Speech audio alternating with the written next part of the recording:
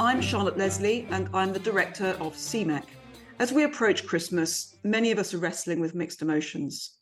Happiness at the prospect of Christmas with loved ones, but also continuing horror at the conflict in occupied Palestinian territories. And even in the holiest places of all, Jerusalem and Bethlehem, we have seen tension and strife, both in now occupied Palestinian territories, which have witnessed an upsurge in settler violence against Palestinians and raids by Israeli troops on refugee camps and villages. Today, I'm delighted to be joined by someone with a keen eye both on the Christmas message and what is happening in Jerusalem and elsewhere at the time of this conflict. The very Reverend Richard Sewell is the Dean of St. George's College in Jerusalem, and he joins me from there. Richard, welcome, and please tell us a bit more about your role and the work you do in Jerusalem. Well, hello, Charlotte, and I'm really pleased to be able to be with you. I'm speaking to you from St. George's College in Jerusalem, just a quarter of a mile from Damascus Gate, so very near the old city of Jerusalem. And I'm the Dean of the college, which is the Anglican Centre for Pilgrimage in Jerusalem. It was actually founded over 100 years ago and was intended to be the theological college to train Palestinian clergy when the Anglican Church was sort of in its early years of being founded, but that really never came to fruition. And so it gradually developed a ministry as a sort of Holy Land theological centre where clergy would come, and lay people, but initially mostly clergy, to learn about the land, the archaeology, the history, the Bible in context, and increasingly the people, all the people of the Holy Land, Christians, Jews, and the Muslims. And then in the last 30 years, it's become really almost exclusively a pilgrim centre, and we receive up to 450 pilgrims per year from all over the mostly English-speaking world who come to make their pilgrimage with us, and we provide a whole programme between 10 days, 14 days of a sort of a deep dive pilgrimage. It's not like the get in as many holy sites as you can, like some pilgrim tours are. We go quite deeply, and our senior teacher has a PhD in pilgrimage and knows the land extremely well. And because we are rooted in the Anglican Church here, we are rooted in the people of the land. So people don't stay in hotels around Jerusalem or elsewhere. They stay with us in the community, which is the Anglican Church here, which is 95% Palestinian. And that's who we are and what we do.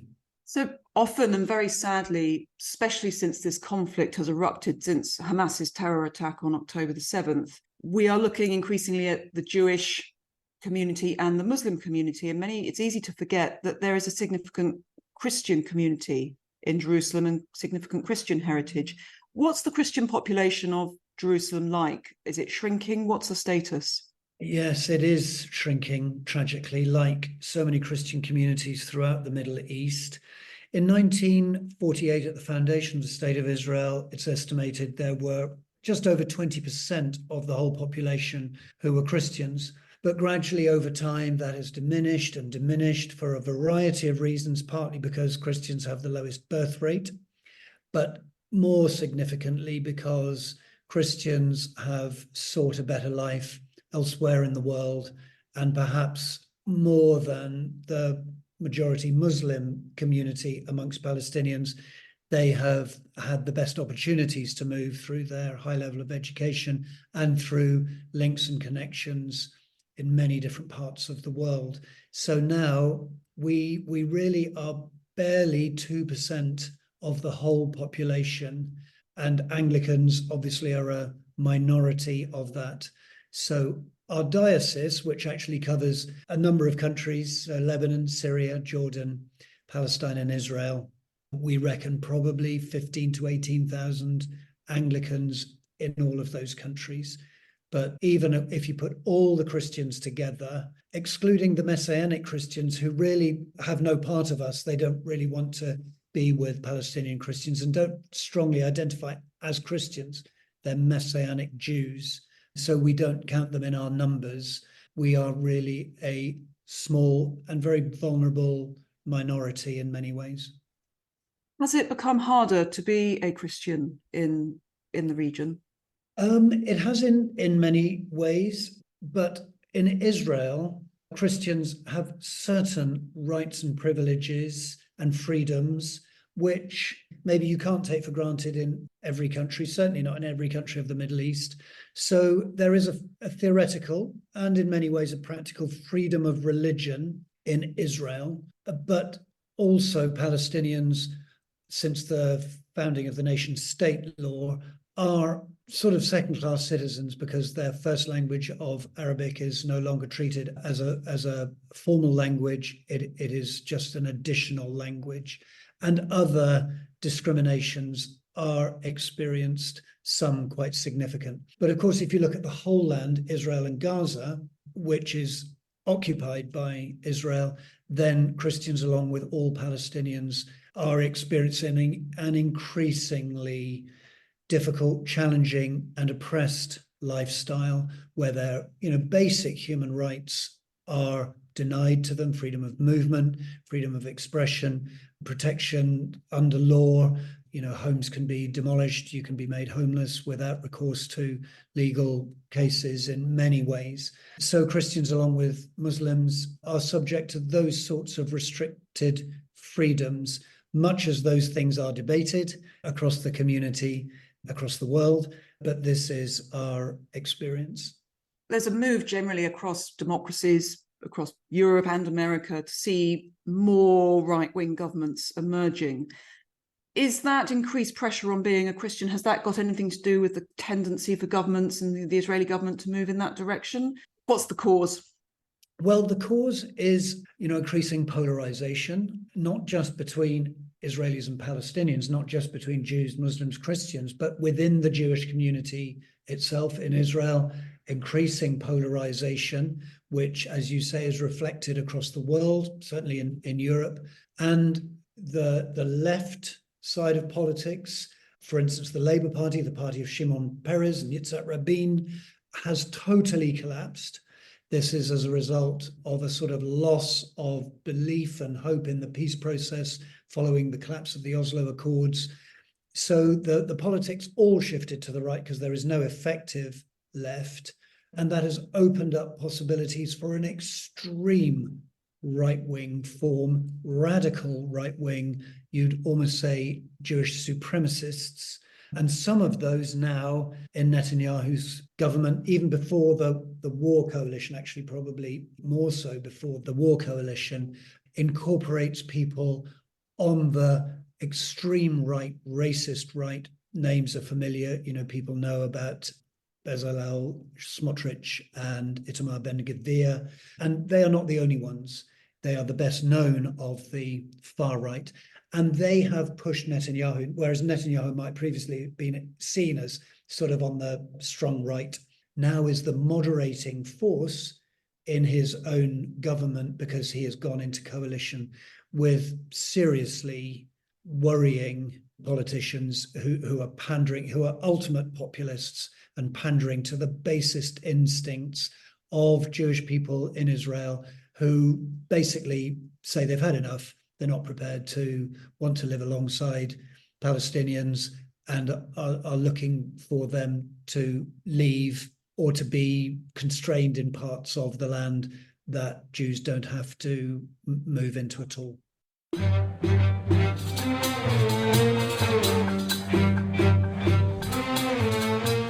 Hello, I'm Charlotte Leslie, and I'm the Director of CMEC. And the very Reverend Canon Richard Sewell is the Dean of St. George's College in Jerusalem, and he joins me from there. Are we seeing an escalation, then, do you think, of extremist beliefs and tendencies? Does one extreme cultivate and encourage another extreme on the other side? I'm thinking of Hamas, Palestinian Islamic Jihad. Is that a recruiting tool?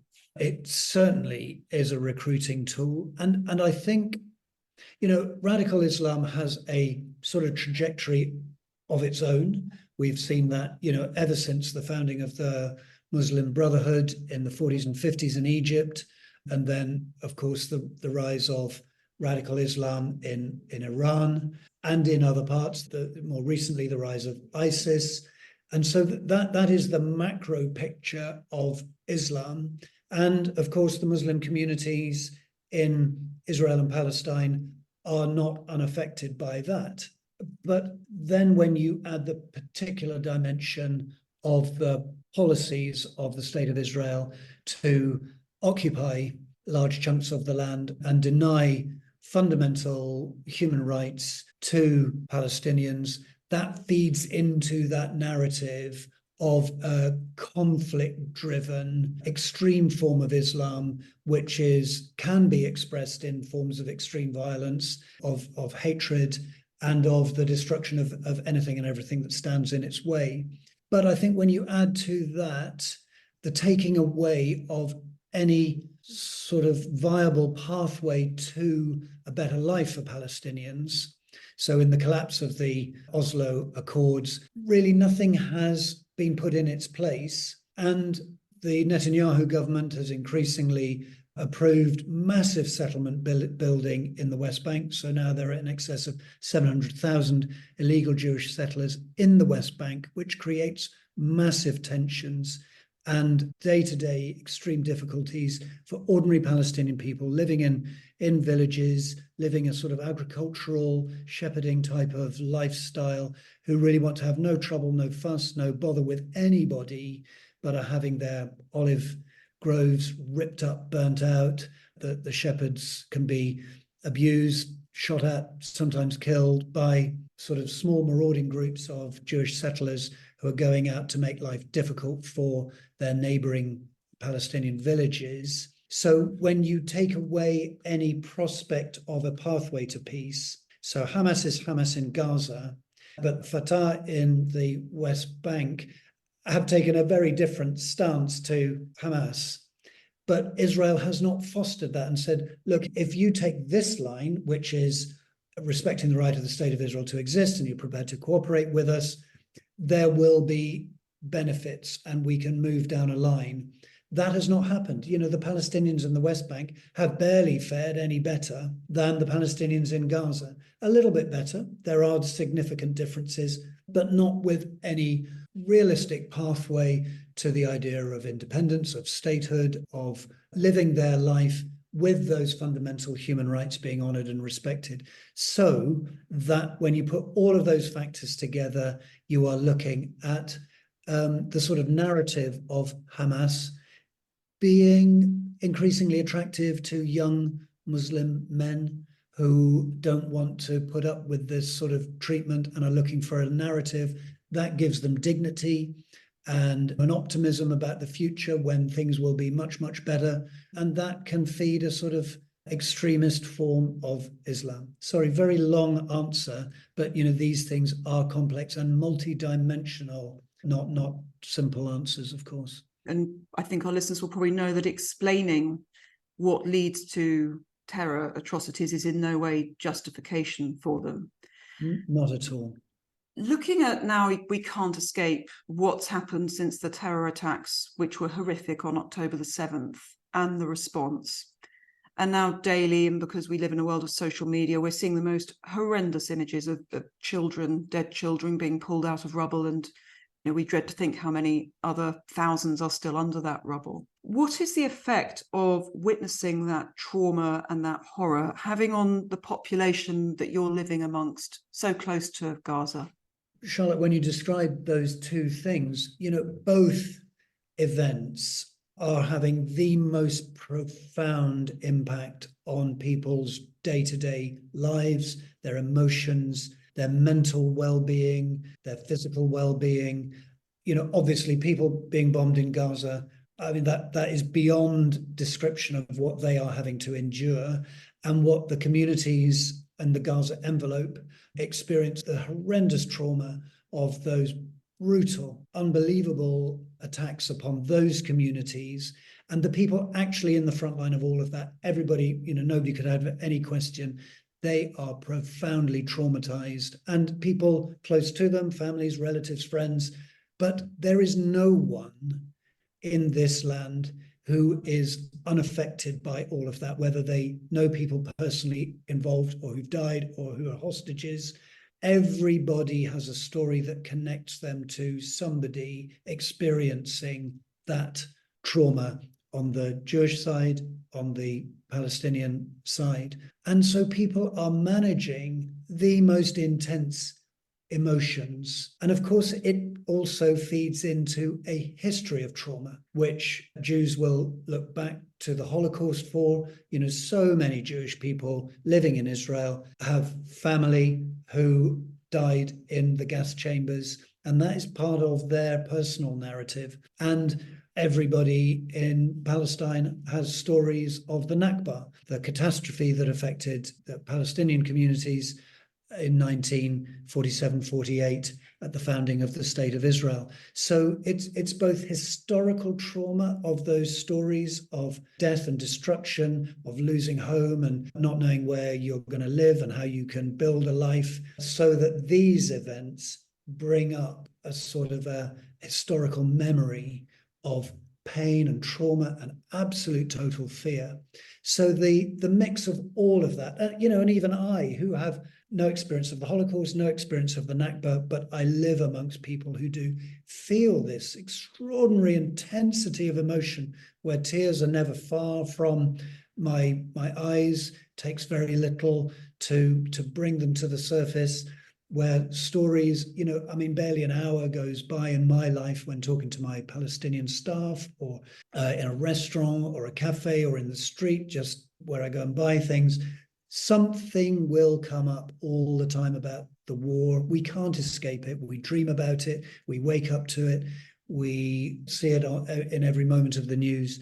So we are living in this extraordinarily intense experience, and it makes it very difficult to talk about it with others. So people, if you don't know that people are going to agree with you, you won't talk about it because it's too painful, it's too raw, and yet we all have to talk about it because we're trying to process it, trying to work out what it means. But then when it feeds into politics, it feeds even greater polar extremities. And we need people around the world to help us to talk about these things in ways that are thoughtful, compassionate, profoundly empathetic, and that look for the truth and the value in the other side that we perhaps don't feel an affinity with, rather than ramping up the intensity and using words of hatred and of utter condemnation for people, not those who are in the front line of killing and hating and raping and all those other awful things,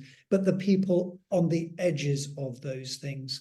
And of course, we see that, I see that being reported in the UK in the ways that these things are experienced, debated, and even in, the words of our politicians, that sometimes the words used to describe what's going on simply pour kerosene onto the fire. And it's so deeply unhelpful.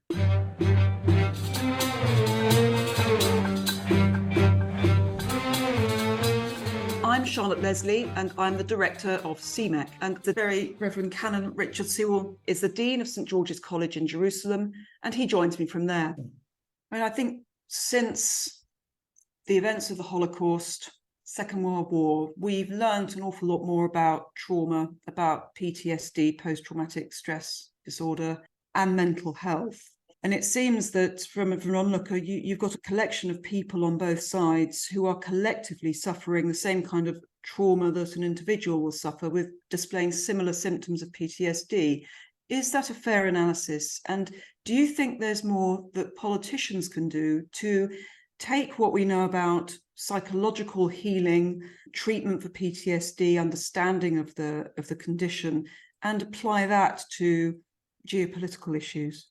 Gosh, I think that's really on the edge of my ability to speak sensibly about it. But I think acknowledging that this is a part of the reality is important. And to understand when you're talking to people from these lands or who have close relatives in these lands, that a degree of that PTSD is going to come through in what people say and do. And so I think a lot of listening is really helpful, rather than telling people that they're wrong in what they think or feel. Of course, we have to have a robust debate about these things, but when you're talking to people coming straight out of trauma, you don't start dismantling their their perceptions and their arguments, you first of all take the time to listen and to try to understand their experience. Of course, people don't have to agree with everything, but the sort of usual debate that goes on in social media and perhaps goes on in the House of Commons at times needs to be moderated to realize that people are dealing with high levels of deep anxiety and pain, fear, and anger. You know, I keep saying to people, there is no one in this land who is not sad, frightened, and angry. And that is just where we are. You know, it may be beneath the surface more for some people than for others, and some emotions may be more prevalent than others, but those things are across the board. And that's not really the best place to try and make really great political decisions when those emotions may be driving what you are saying and doing. And it needs the perspective of people one or two steps away to help people to, you know, maybe process some of those more extreme forms of reaction without patronizing people and say, you know, when you've calmed down a little bit, you might be able to think straighter. That would be deeply unhelpful. But realizing that, asking the question, well, where do we go from here? That's probably not where most people are at the moment, when there are still hostages being held and men, women, and children being bombed out of their homes and in supposedly safe areas. That things are so raw still right now that many people can't really totally think straight. We're in the run-up to Christmas, a time when we traditionally talk about light coming into the world. That's the story, whatever your particular faith, that's what the story is about for many. We read that Christmas in Bethlehem has been cancelled. How will you be celebrating, sounds the wrong word, but how will you be marking Christmas? And how can you celebrate when it seems such very dark times? Well, I really don't like the headline that Christmas is cancelled, because it isn't cancelled. Nothing actually can cancel Christmas, because it is the annual celebration of the gift of Christ into the world that we see as a child born in Bethlehem. What the headline is trying to grab at is that the heads of churches here announced a month, 6 weeks ago, that our usual festivities were cancelled. Christmas lights in public places would not be switched on, that are, you know, the party festivities, which are part of the Christian community's experience here as much as they are in any parts of the United Kingdom or elsewhere in Europe. We would not be doing those sort of jolly, jovial, celebratory things, and that we would concentrate more on the spiritual core of the message, which in a way is a great thing to focus on anyway, because that is the whole reason for it. But it means that, you know, we're in a state of mourning, and you can't celebrate in the same way as if a close member of your family died in these last few weeks. When you come to Christmas, you know, wearing party hats and blowing party poppers, you know, would probably not be done. It certainly wouldn't be in my family if a close member of my family had died. And the whole community, Christian community, is in that state of mind. So we will have private sort of festivities. A Christmas tree might go up at home, you know, for all of us, but especially for the children, and presents will be given and shared in many homes, not in every home. So we will have our midnight mass, we will have our Christmas Day services, and Christians will come out and make an effort. I am pretty sure even in Gaza that those few Christians that are there, gathered in the Church of St. Porphyrius, the Greek Orthodox Church, the Church of the Holy Family in Gaza City, will find a way to celebrate and light candles and proclaim the gift of the Saviour of the world born in Bethlehem. I'm pretty certain they will find a way to do that. So even in Gaza, Christmas is not cancelled, but it's different. It feels so restrained, and none of the beautiful Christmas trees that are normally up, well, in the Cathedral Close here at St. George's, but more especially in the Old City, that some of them tower over on the rooftops of the churches and the Christian schools. They're not there. Up in Nazareth, which normally has the largest Christmas tree in the land, that's not being put up, and therefore the lights aren't on. And most significantly of all, the huge Christmas tree and the nativity scene in Manger Square in Bethlehem, the beautiful lights that normally adorn the Basilica of the Nativity will not be lit. And we will be there, God willing, inshallah, on Christmas Eve. And it won't feel the same. But we will still visit the place of Jesus' birth in the grotto beneath the basilica. We will still sing our carols, but with a different sort of poignancy. You know, I think when we sing, "Yet in the dark streets shineth the everlasting light, the hopes and fears of all the years are met in thee tonight," it will have a special power because we feel that darkness enfolding us in a bad way, not just in the ways of winter where lighting a candle in winter just feels comforting. We feel we're surrounded by a darkness which, without wanting to exaggerate, is a kind of evil. And so we proclaim the gospel to bring the light of beauty and truth and hope and comfort in a visceral way, more so than perhaps ever before. So Christmas is not cancelled. Christmas will be proclaimed with an added intensity and a poignancy that words won't be able to do justice to. Very Reverend Canon Richard Sewell, thank you very much indeed, and all our wishes with you all for Christmas. Thank you, Charlotte.